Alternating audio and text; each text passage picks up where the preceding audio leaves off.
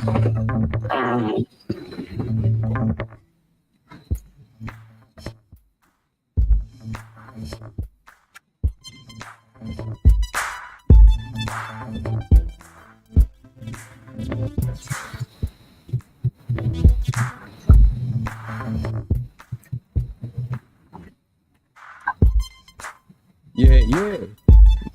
Mic check 1, 2. Yeah. Bring me back to my old days. I'm gonna get a little loose. Rust-Oleum. Yeah. Left hip ain't what it used to be, though. Good evening, everybody, and welcome to episode 66 of Exo Sports Talk.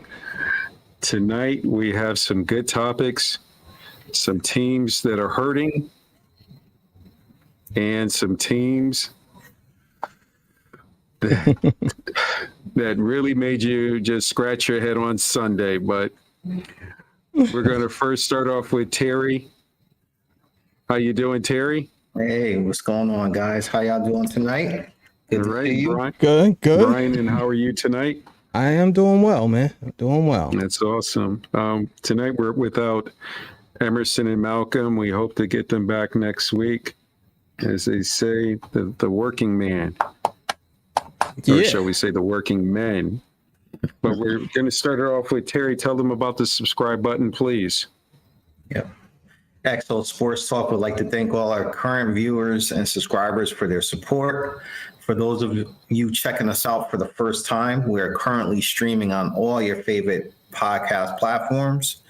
If you're watching the show on YouTube, be sure to hit the subscribe button, tap the notification bell so you can hear us talk about some of the latest news and rumors going on in the world of sports.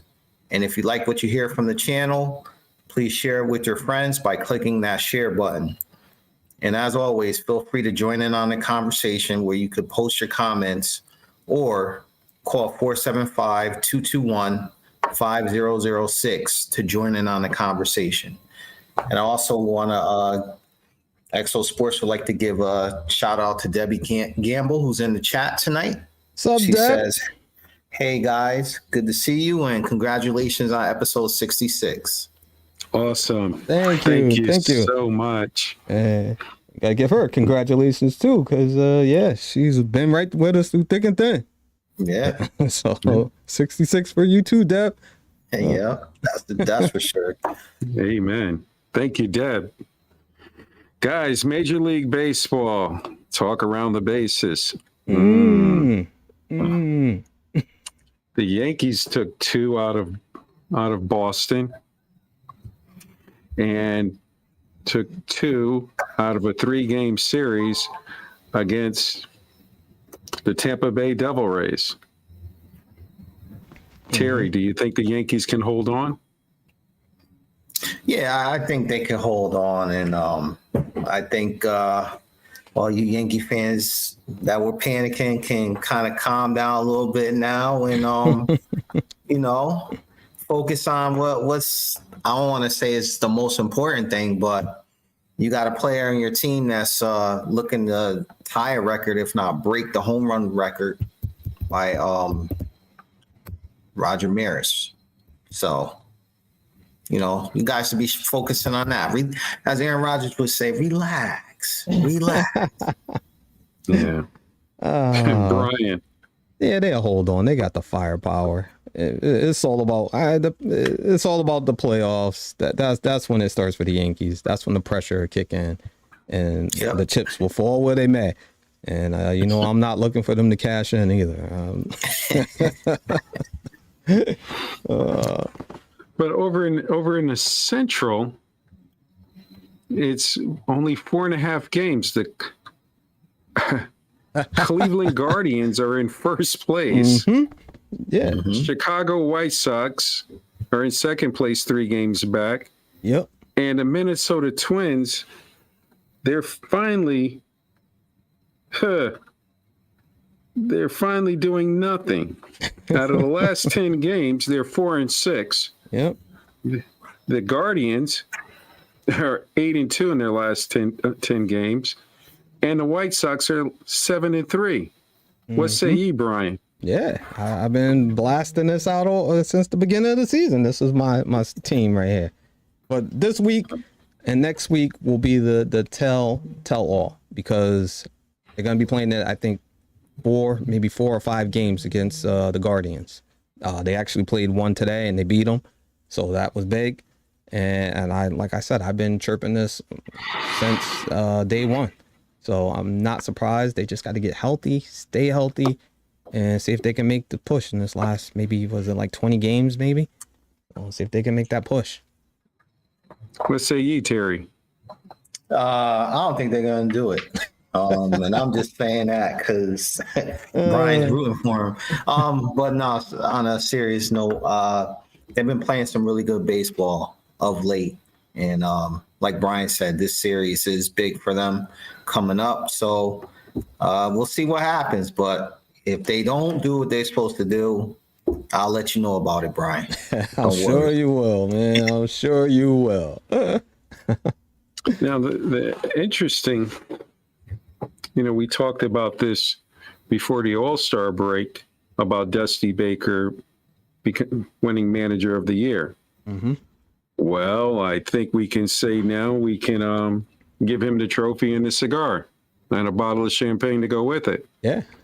The Houston Astros are standing there at 93-50, and I don't see the Yankees. No, I don't see the Yankees catching them at all. So I'm going to say tip your hat to Dusty Baker and give him the player the coach of the year, manager of the year, manager of the year award. And see what happens there. But I say, kudos to him and kudos to the Houston Astros. They do have a good team, and they have bounced back from the scandal, or should we say scandal, that they brought on themselves. And we got the New York Mets still holding on, and Atlanta Braves are right there on their shoulders, only a half game out. Now, Brian, do you think the Mets can hold on to the division?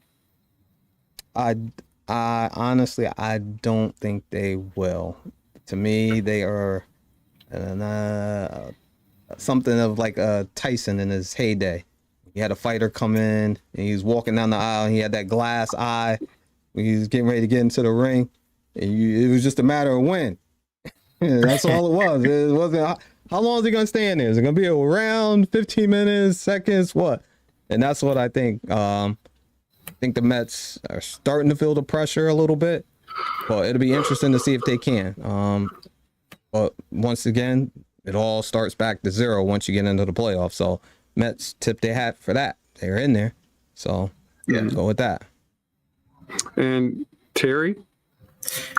Well, the Mets were a team that I picked before the beginning of the season to just the acquisitions they made to get into the playoffs, but they have a history of collapsing, big collapses. And, right now Atlanta is playing some really good baseball, and, I have to tip my hat to Atlanta because they lost Freddie Freeman, and they're playing ball. And I had, honestly, I kind of wrote them off thinking, you know what, then there's no way they're going to be in the thick of things this year, but they proved me wrong again. Yeah. So, but like Brian said, it's just a matter of time before the Mets collapse. But I'll say this, they're building something good over there. Yeah. So.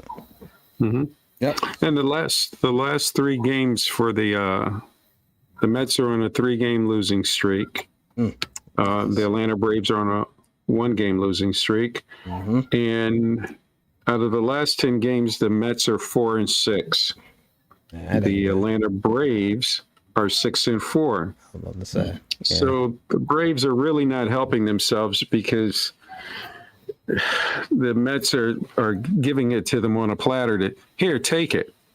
And Atlanta's saying, well, let me think about it. I'll get back to you. And I'll put it like this: if the Braves can play 500 ball the rest of the last remaining games, I think they'll win it. That's all they gotta do is just play 500. Yeah, like you said, the Mets are definitely feeling the pressure a little bit now. So, but and right about now, the Braves are in the wild card. Is Scherzer back? Or is he still? I don't think he's back I yet. don't think so either. Yeah. Which, as Emerson would say, next man up. Oh, yeah. You paid him a lot of money and to be out down the stretch run. That hurt. Oh, he'll be back. If they have to do what they have to do to get him back, he will be back. Guys, NFL talk inside the huddle. Yeah. I watched the Denver Broncos game, and we're late in the fourth quarter, under 2 minutes. I think under about a minute and some change. And I'm looking at the coach for Denver. I'm saying, okay, he calls a timeout. He's going to 4th and 5. He's going to give a play for Russell. He calls out the kicking team, the field goal unit.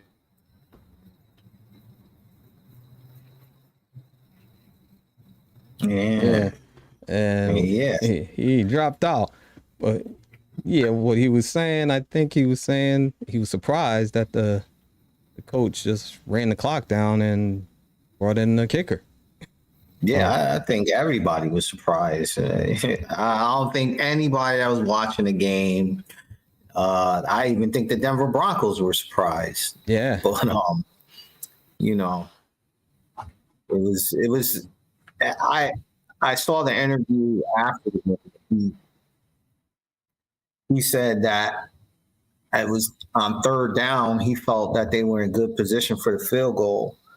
So I'm like, so he had already in his mind that he was not going to take his chances on 4th down with Hall of Fame quarterback that, for the most part, I felt like Denver played Seattle. They did have some mishaps, a fumble here, a turnover there. But I felt like Denver was a better team. I'm not sure what his thought process was there.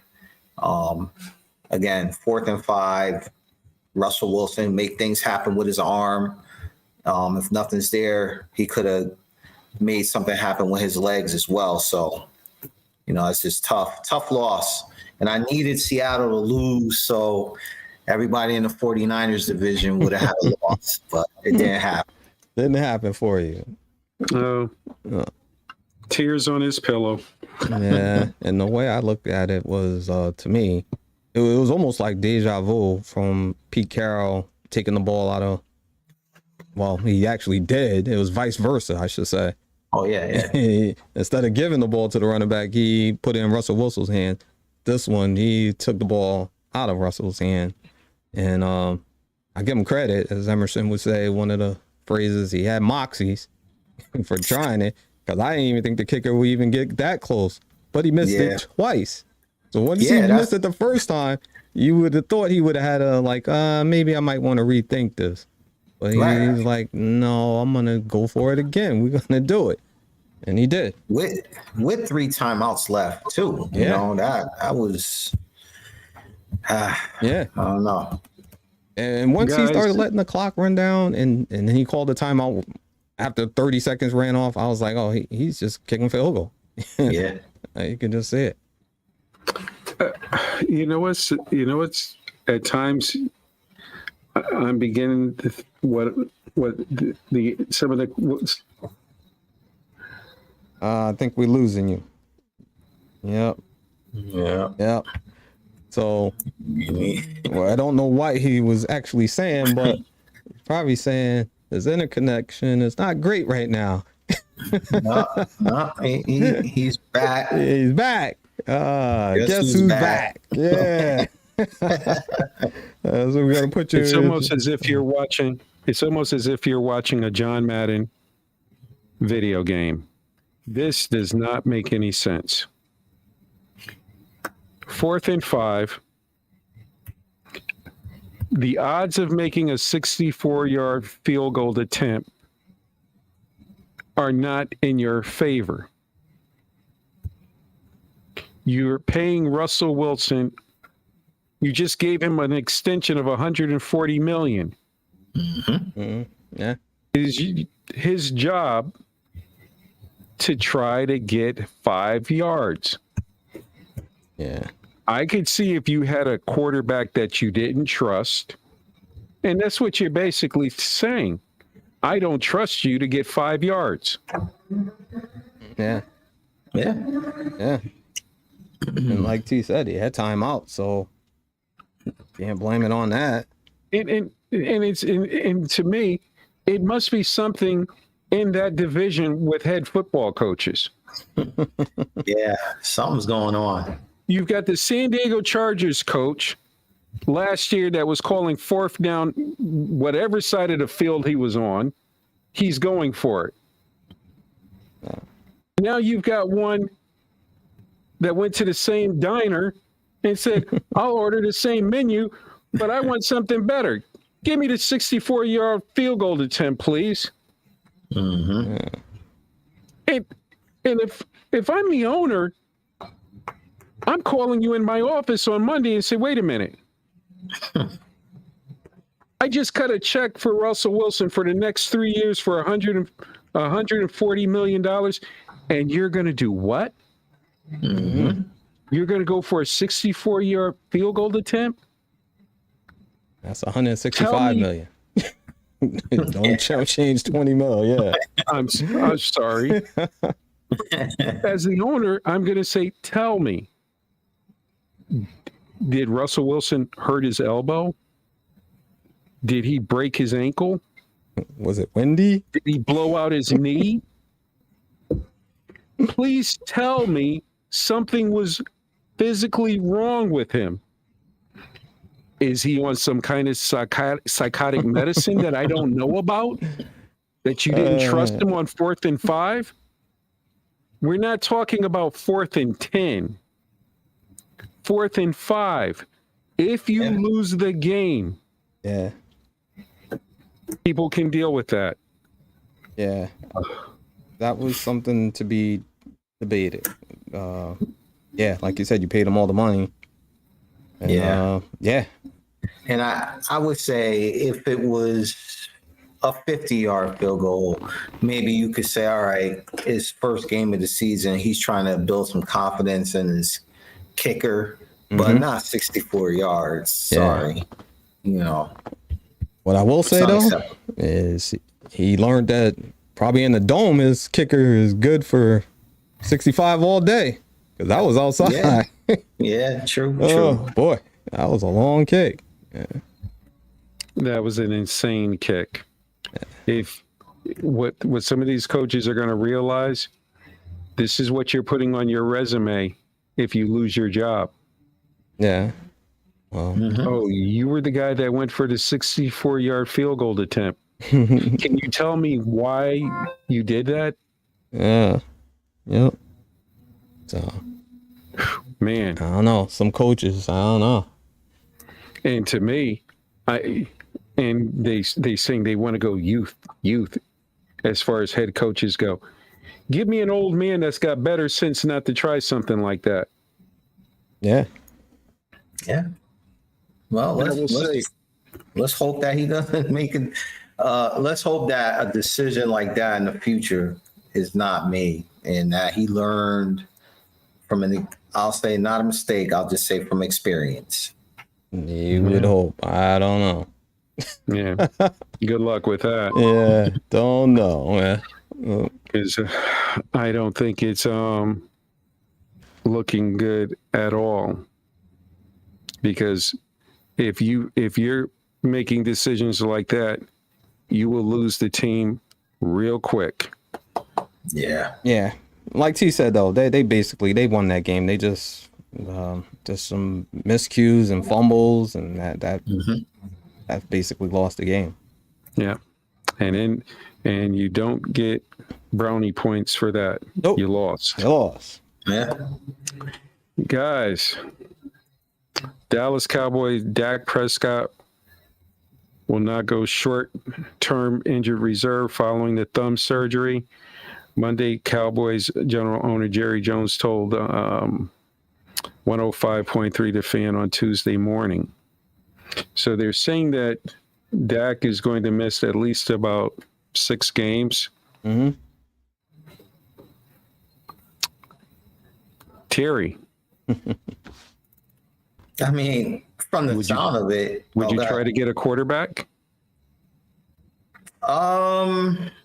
I think what I think you have to look at, right, is their next, their next 3 games are against the Bengals, Giants, and the Commanders.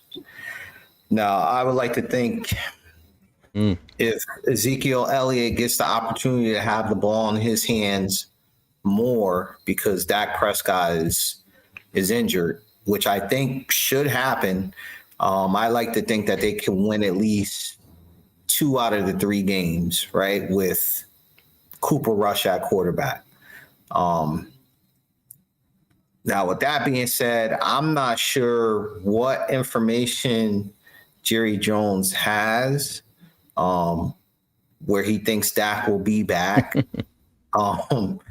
after for I think week 5. But maybe he knows something that we don't. But if they can't win at least two out of the 3 games, in my opinion, it's going to say a lot about how the rest of the Cowboys season is going to go. And if they were to get Dak back, like say week 5, they play against the Rams, and I don't know, will his thumb be 100%? Like I said, what information do they have about Dak, about the surgery? Maybe it wasn't as bad as they say, but they need to win at least 2 out of their next 3 games. If not, it's not looking good. Giants, Commanders, they have a shot to come out of that division, and the Cowboys could end up being in last place. Okay. But then let me ask you this question, Terry. Do you see the Cowboys beating Cincinnati on Sunday? Where are they playing at? I don't care if they were playing in your backyard. I don't see it, but again, what Ezekiel Elliott, right? Terry, I just want a yes or a no from you. You sound like you're a Cowboy fan. I don't see it, but what I'm saying is Ezekiel Elliott's asking for the ball. Step up and take hold of this opportunity, but I don't see them winning. And that after going all the way around the state, that's all you still come back to no. I'm just trying to give Emerson and Malcolm some hope. Like Joe Biden answered there. He said a whole bunch of nothing right there. Yeah. Come on, man. Terry, do you see the Cowboys beating the Commanders? You mean Dallas beating the Commanders? Dallas. I'm sorry, yeah. Dallas beating the Commanders. No. That was quick. Yeah. Oh, yeah, that was real quick. Yeah. I mean, come on. It's not looking good. So basically what you're saying is that's the Cowboys are going to be 0-3 right there. Yep. And there's a good possibility that they may lose to the Giants. Yeah. That could be. So 0-4. Well, let me say this. Well, while I'm looking that up, somebody tell me or look up and see their next 3 games after those 3 or 4. But to me, Jerry, to me, it seemed like he's sending some sort of subliminal message. I'm not sure if it's to Dak or somebody else, because, well, why wouldn't you just put him on IR and you know he's not going to be back for like 6 games? You know that, or you should know that. But it seemed like he knows something, like Terry said, like everybody else don't know, but pretty much what the doctors are saying, they do know. But I don't know if he's, like I said, sending some sort of subliminal message, but do Dallas have a plan B is the question. I remember we was texting and Emerson, he's like, I'm going to go with Cooper Rush. I'm like, okay, go with Cooper. You be out of the playoffs real quick. Be real quick. It won't even matter. And to me, the alarming thing I saw was their wide receiver core and their offense. They couldn't put up any points even before Dak broke us in. And I don't know if Lamb was getting doubled, or it looked like he was a little disinterested and frustrated. Maybe he was getting double teamed and he didn't think he was getting the ball enough, but he dropped a couple. And is he a number 1 now that he's that dude? Yeah, that's the alarming thing. You know, I don't, to answer your question, Gore, after I went around the world, but again, another quarterback, I don't, if they pick up a quarterback with the way their offense looked on Sunday night, I don't think it's going to help them, not their offense. And if you got somebody, you what do you bring in? You can't bring in you can't bring in a Garoppolo, because you got what's the name? You got Dak. Yeah. So that's why I'm saying, is Jerry sending some sort of message that, you know, I don't know. Yeah, if you bring in Jimmy G, what are you gonna do? Have him come in and say, okay, Dak, it's your team, and Lord knows if Jimmy G came in and was winning, you got a whole nother issue.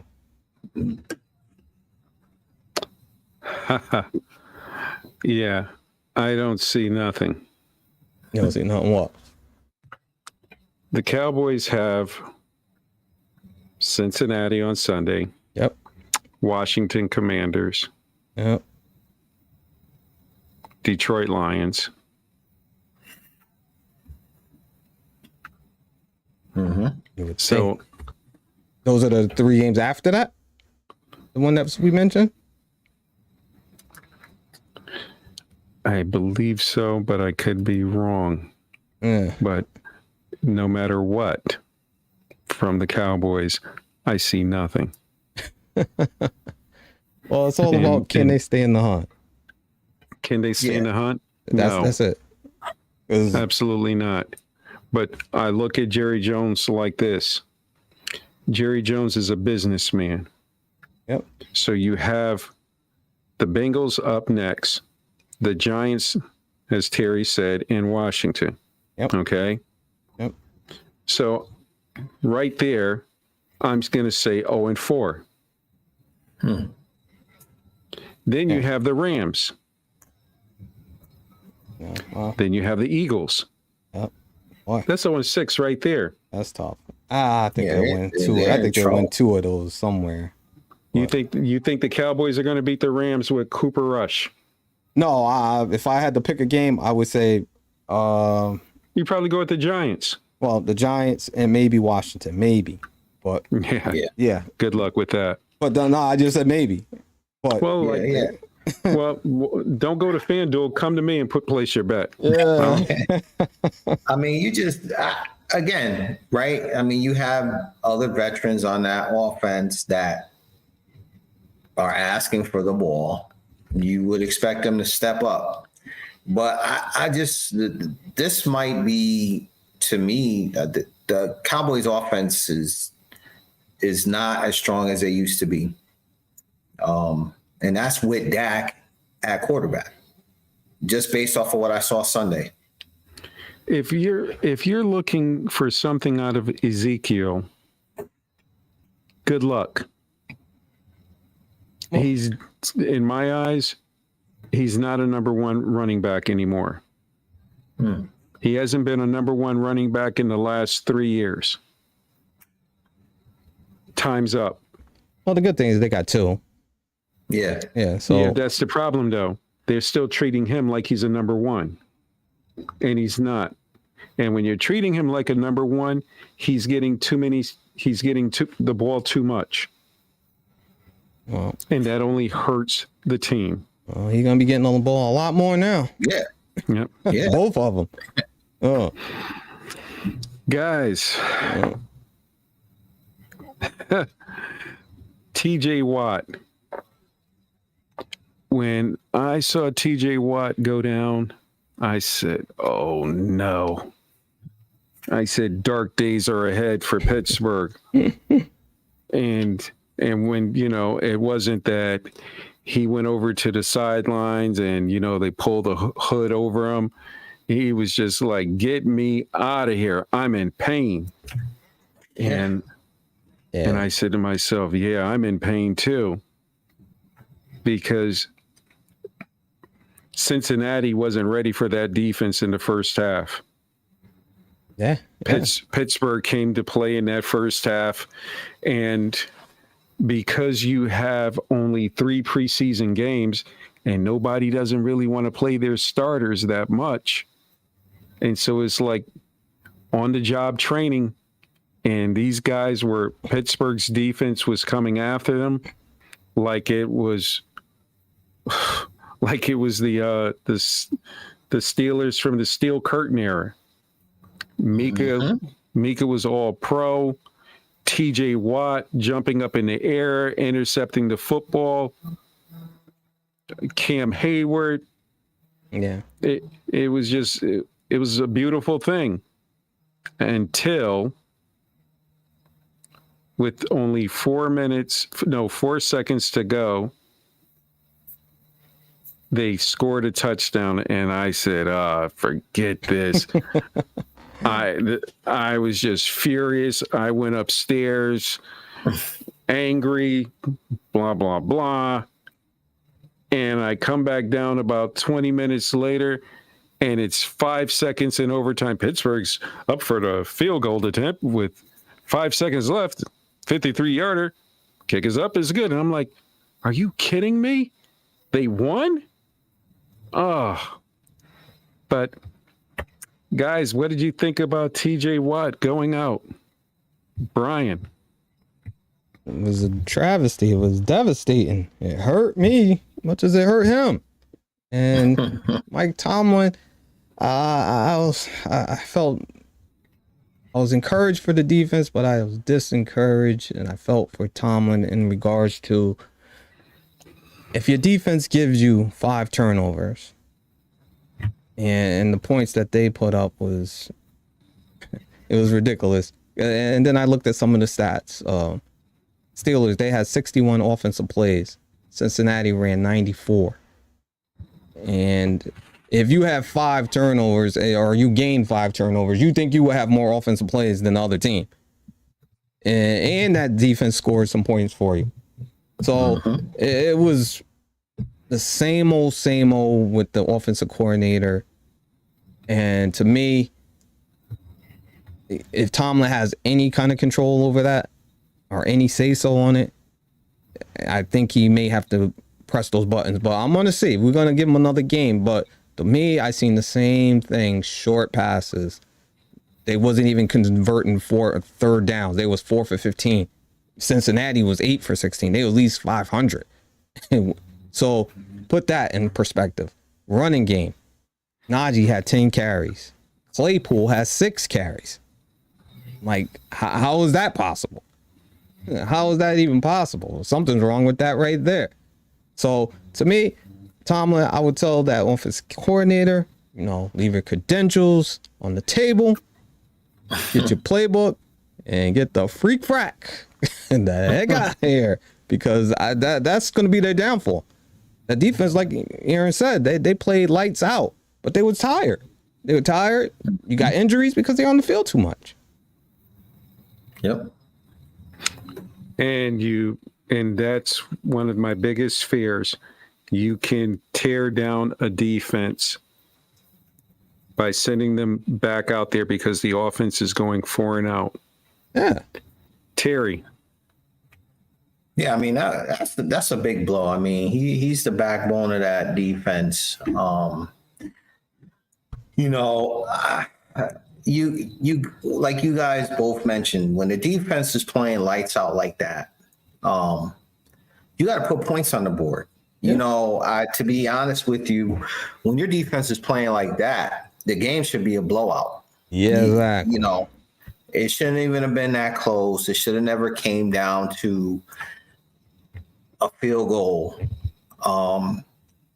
You know, and the unfortunate part is your defense is all on the field for a long time. Not only do they get tired, run down, injured like a TJ Watt, it's just not good. One thing I will say though is I'm not concerned yet because Tomlin is a very good coach. He's been a good coach for years now. He'll make adjustments. And, you know, even if he has to have a meeting with the offensive coordinator, they'll make adjustments and they'll be competitive. I don't, but they do need to put some points on the board. Your offense is going to have to generate some points, which past couple years is a problem. Yeah, for the Steelers. So is that alarming? Would you say for your premier running back to have 10 carries and your wide receiver to have 6? Yeah, it's very alarming. Yeah. I mean, design runs too. They weren't passes. These are the wide receiver design run. 6 carry, and your number 1 pick running back got 10. Yeah, I mean, you know, it's we'll call it a trend right now, right, in the NFL for that type of offense to be ran, where your wide receiver is going to get some touches in the backfield. But like I said, with Tomlin, he's been coaching for years. If it's not working, believe me, he'll take care of that. He'll address that. So what do you think, Aaron? I think Tomlin made a bad commitment to this offensive coordinator. He picked them, right? He picked them. Mm-hmm. And this is on him. Tomlin made a bad decision because he's with this guy, and this guy is telling him, I like Mitch Trubisky, but Mitch Trubisky is not my guy.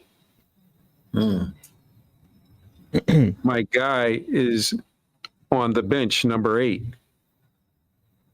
He's the one that's supposed to be running my offense. He's the one that can move this offense. And Pittsburgh said, and this is what I didn't like about the organization, saying this kid has more mobility. Trubisky have more mobility. They can take that mobility stuff and stick it. For the simple fact, your offensive line last year and this year is not doing their job. You take a look at Tom Brady, no mobility, but he gets to the Super Bowl. No mobility. Yeah, he gets to the NFC, almost gets to the NFC Championship last year. Yep. Big Ben last year, and I kept harping, and everybody was saying, oh, it's time for him to go. It wasn't Big Ben. It was that offense. They didn't block for him last year, and it was dink and dunk, dink and dunk. But then when it was late in the second half, they would tell Big Ben, said, you know what, screw this. Take that playbook and get it out of here. I'm going to throw the football down the field. Yeah. And all of a sudden, Pittsburgh's got a chance to win. It wasn't off of the dink and dunk because Big Ben had enough. And me and Brian talked about this on Sunday. He had enough power because he was a veteran to say, this playbook is a. Tomlin was like, "Hey, bro, if you can win this game for us, you can go ahead." Yeah. Yeah. That's why I say he's gonna have to make a decision. A couple more games like that. They were lucky that the defense gave him good field position and scored, because the score we probably would have. I don't know what we would have probably had. Yeah. So you guys think Pickett's ready right now? No. Only thing I'm gonna say is he's not your normal rookie. He played 4 years in college, so at some point you got to pull the trigger on him if that's gonna be your guy. Right. I don't think you pull the trigger on him until next year. Well, I don't know. It's like I said, he's how old is he now? He's 20? Is he 20? I think he's 24. Yeah. You don't pull the trigger on him until next year. Go ahead. No, go ahead, T. So let me ask you guys this: if your defense is continuing to get 5 turnovers a game, but your offense is struggling, you don't turn to Pickett? I say, to me, I think he should be playing, because you know what I mean. You're winning. You're winning a couple games by a field goal, but your defense is getting you. It's getting you 5 turnovers a game. You might lose a game where your defense still played well. Maybe it's 3 turnovers. I mean, you get 3 turnovers in a football game. I mean, I'm not saying you're supposed to win, but your likelihood is that you probably will win the game, and you don't. They're going to give Mitch Trubisky, unfortunately, until about the 6th or 7th game. And then they're going to say, you know what, we got to try something. And then here comes Pickett. So then you say you would start Pickett some point this season, is what you're saying? Some point. Oh, okay. But right now, it would be unfair to Mitch Trubisky. Yeah. Yeah, that's true. If he was going to do that, he should have did it at the beginning of the season. He was not. And because you don't get a lot of reps, you go ahead. Okay, Mitch, you got 6 or 7 games. Showtime. Now the last 10 games, you go with Pickett. Yeah, well, because now he's got enough. He's a rookie, but still, now he's going into that quarterback meeting, and he's seeing a lot of different defenses that he didn't see preseason. Preseason is a vanilla defense. Sometimes they may come with you with a blitz, but all of a sudden now sitting back, he's seeing different blitz schemes. Yeah. Oh, yeah. But that's the whole point of playing. You're not going to get that unless you get game time experience. But they're hoping that the maturity of letting him see this, and then, okay, they don't want him to wind up being like, oh, my goodness, this is all too fast for me. Let him see in the classroom, okay, these certain teams have these different blitz packages. It may look a certain way. And then say, okay, now, kid, we're going to feed you to the wolves and see how you act. Yeah. Terry. Poor Terry.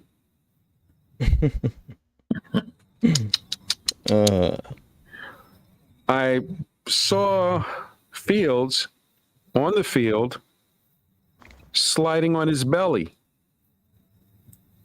in the rain. And he did that was a hell of a belly slide. I think he did it almost 10 yards. Garoppolo looked pretty clean on the sidelines. He looked dry too, like he had an umbrella on the whole game. So what do you think about Trey Lance? One game. Like I said last week, I really would have preferred that he get his first start as a starter for the 49ers at home. When I tuned into the game and I saw it was raining, I didn't like that. It's and like Brian and I talked about. Well, I'll say this: I did see Fields slide across the goal line, and as much as I hated the 49ers losing, I love that. That's football, right? That's going back to your days as a kid, right? You know, what? Christmas Day Christmas Day playing football. Yep. You know, you put a little in the snow if you got lucky. You know, you put a little, I know at least I did. I put some sweatpants underneath my jeans just so it wouldn't hurt as much. Another sock. But, a couple of layers of socks on. Hey, Terry. Terry. Yep.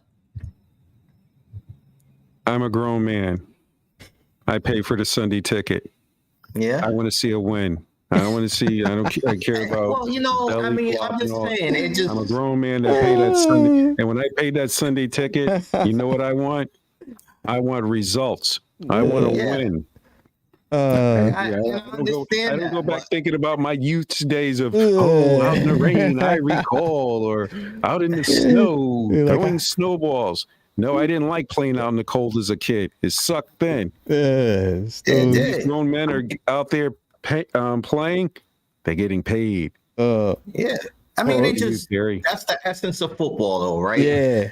At the end of the day, of course, I wanted dry conditions, but you know, we lost. But just seeing the fun that the players had, it made the game enjoyable, even though we lost. But I'll say this: we just have to see what week 2 brings. Just some observations from the Bears side of the ball. If they can get Fields an offensive line, he could be pretty good. But on the 49ers side, our defense is ready. Our defense played well. Yeah. Another scenario where we got some turnovers. Our offense couldn't put points up on the board. And, you know, our defense was on the field. We were tired. And we lost the game. I consider it an upset, but, you know, tough start for the kid. But let's see where week 2 brings us.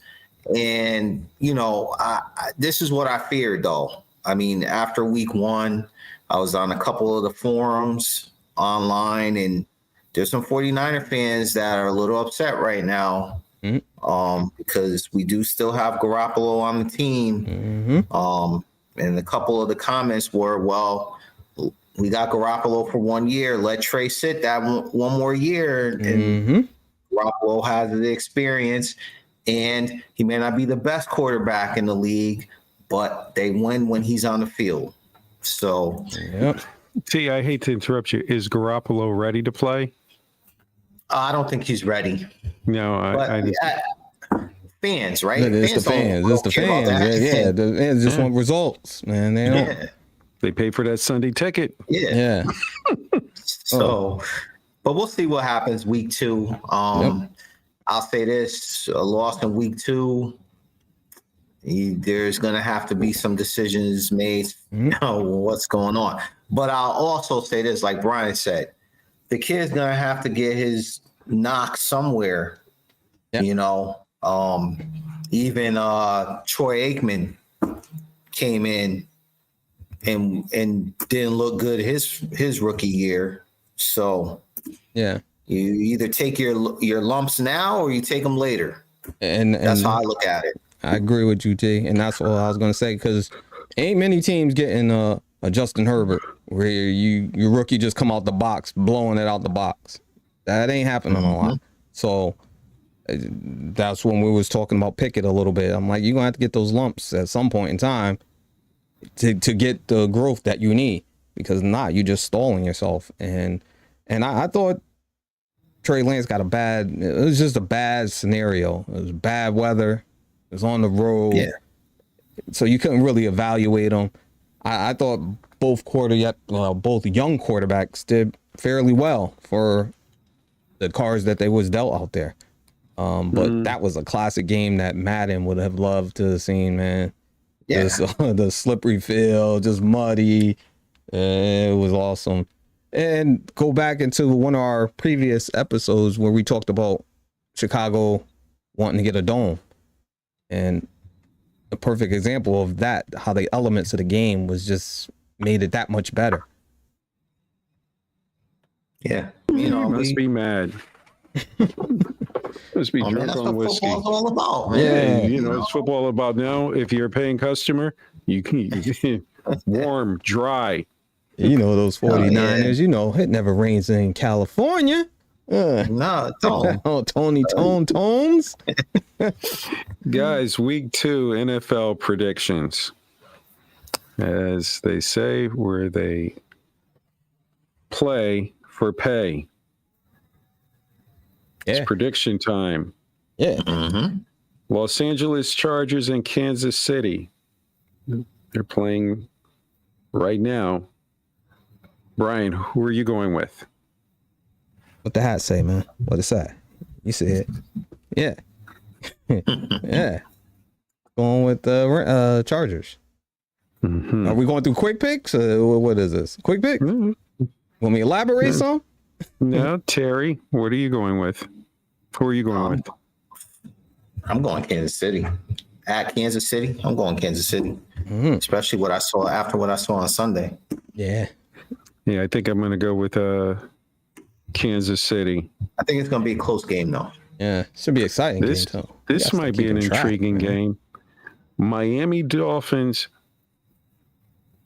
at Baltimore. Now, if I'm correct, didn't Miami beat Baltimore last year? They did. Offhand. I can't remember. But I think they did. They did. I don't know offhand for sure. I should say.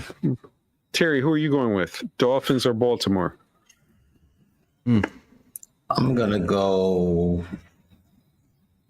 Ravens. Ravens? Yep. Brian?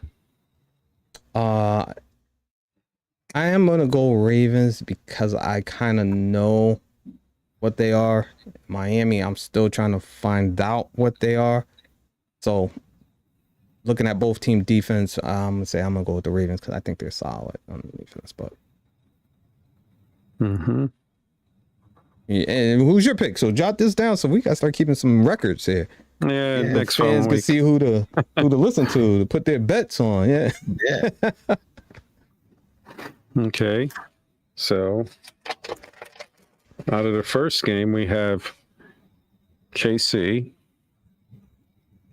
and Chargers. And both you guys have Nope. KC. I took Chargers. Mm-hmm. Hash marks already. Who you taking, Aaron? You said Kansas City. Yeah. Yeah. Yep. So stick with it, and no flip flopping. Gore picks KC. Terry picks KC. Yeah. Or we can jot it down after the audio or something. Yeah. We got it on tape too. Yeah. So Jets. Yeah, this is true. New York Jets. Jets. Going to the dog pound. Cleveland Browns. Terry. man, after what I saw on Sunday, I'm going with the dogs, man. Dog pound. Oof, man. Made you change your own mind. I really thought the Jets were gonna turn it around, but maybe not this year. Mm-hmm. Brian. And I'm gonna take the Browns. And I think that coach should play quarterback. I think it's Mike White. Or White. Yeah. I know his last name is White. Yeah. Should play him. Yeah. Flacco's done, man. You forget that. You play your young kid, see what he can do. He actually played pretty good in the preseason. But now I'm taking Browns. Let's go to the hurry up offense. Yeah. Washington Commanders at Detroit. Terry, who you got? I'm gonna go Commanders. Brian. Commanders. Indianapolis Colts at Jacksonville. Terry. I'm going Jaguars. Ooh. Ryan. I think the Colts will break the seal and finally beat Jacksonville. In Jacksonville, you think so? I think they'll finally break Tampa that Bay seal. Buccaneers at New Orleans. Terry. Man. I like what I saw from the Bucs on Sunday, but I think the Saints defense can get after Tom Brady with that. We have no more offensive line. timeouts, Terry. Saints, man. Saints.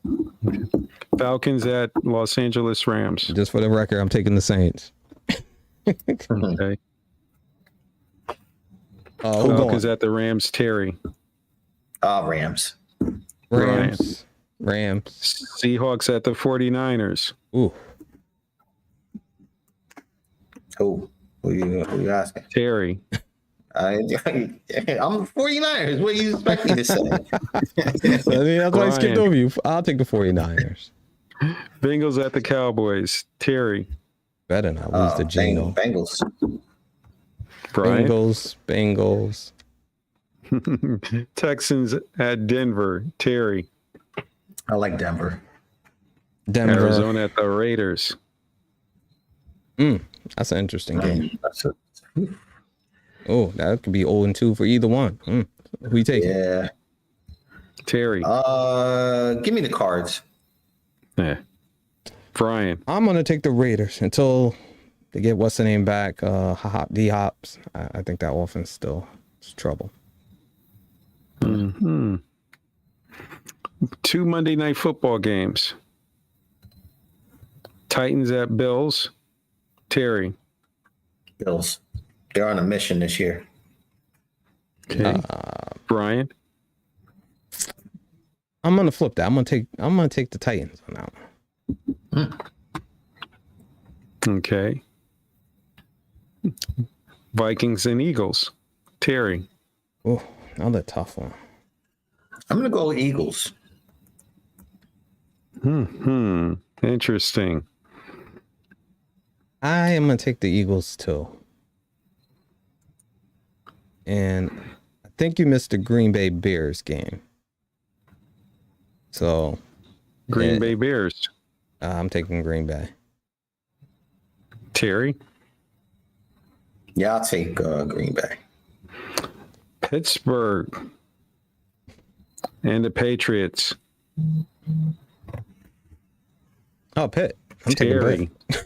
So you ain't gotta ask me. Oh, man, ain't that hard. I'll go. That's my tactic. Steelers. No, this. I gotta make smart bets here, man.